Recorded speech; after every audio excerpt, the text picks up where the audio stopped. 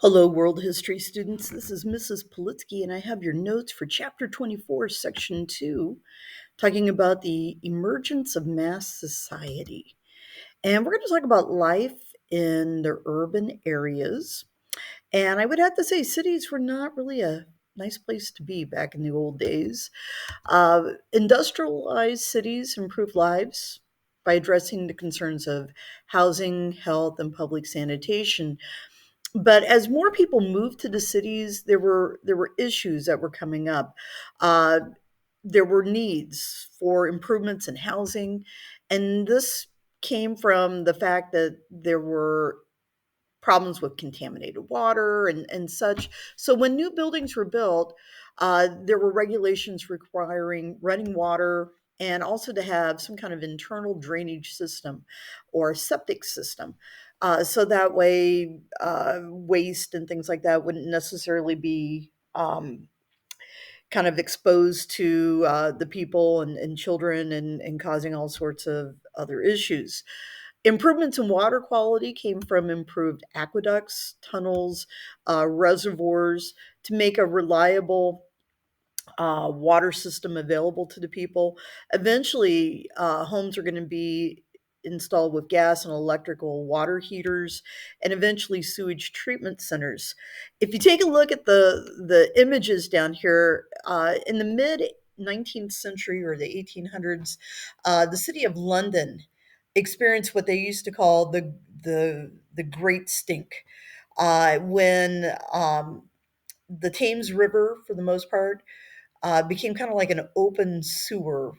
Uh, the waste from like horses and other livestock, humans would be kind of pushed into the streets, and eventually that would be pushed into the Thames. And one particular warm year, the whole entire city of London became very, very stinky. I do love the image in the middle, the illustration where you have the rats that are literally dying within the teams, and obviously people who are exposed to all sorts of awful things.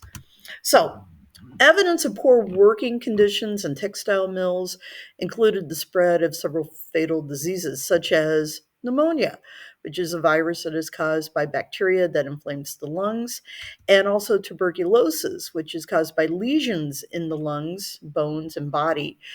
Public health problems such as contaminated water supplies arose from industrialization and also led to the spread of diseases such as cholera, which is a fatal infectious disease with symptoms of vomiting, cramps, diarrhea, suppression of urine.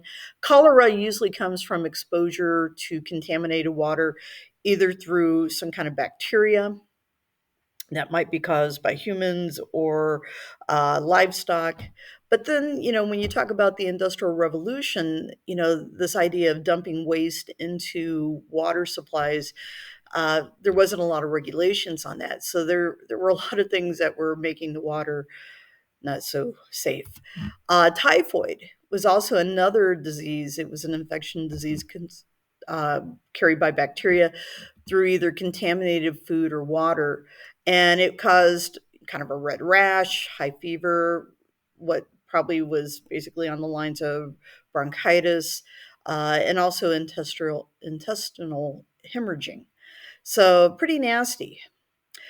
During the Second Industrial Revolution, there were advances in the field of medical theory and practices such as vaccination, the discovery of bacteria as being a cause of illness, the idea of sterilizing or sterilization of surgical instruments to keep from spreading bacteria from patient to patient, and also the use of anesthetics in surgery, either to put people under or to also make sure that wounds and things like that were also clean.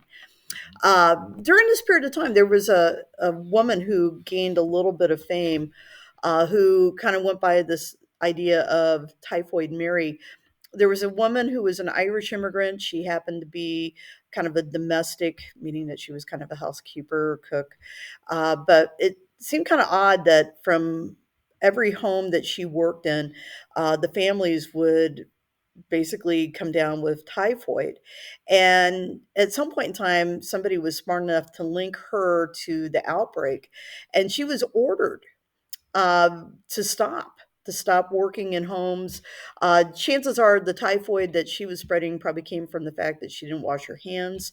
Um, and thus she spread it from family to family to family. But uh, it was a real deal. Typhoid Mary, she was harmless, only in her mind. So anyway, social structure of mass society. Europe's elite made up only about 5% of the entire population, but they controlled somewhere between 30 to 40% of all the wealth. And that's not uncommon. Matter of fact, if you would probably look at American society, it was very similar, probably a smaller percent controlling more wealth. The upper middle class in European society included industrialists, bankers. The middle class probably included lawyers, doctors, accountants. The lower middle class included traders, prosperous farmers. The middle class ideal included the belief in hard work and the importance of outward appearances. And that basically means uh, kind of showing off a little bit to help people understand what your level of wealth was, kind of keeping up with the Joneses, as they would call it. Women's experiences. During the Second Industrial Revolution, women found employment in low paying white collar jobs such as in health, education, social services. Modern feminism also began during the late 18th century when some of the Enlightenment thinkers argued that natural rights was, for the most part, uh, dealing with the issues of equality for women as well as men. In the 19th century, suffragettes, such as Emmeline Pankhurst, who was English, and her daughters, they demonstrated for the right to vote. Universal education, which means being able to educate both all boys, all girls, helped develop the trained workforce to instill patriotism. And the Second Industrial Revolution produced new forms of mass leisure, such as dance halls, amusement parks, and this idea of team sports. All right, thank you very much.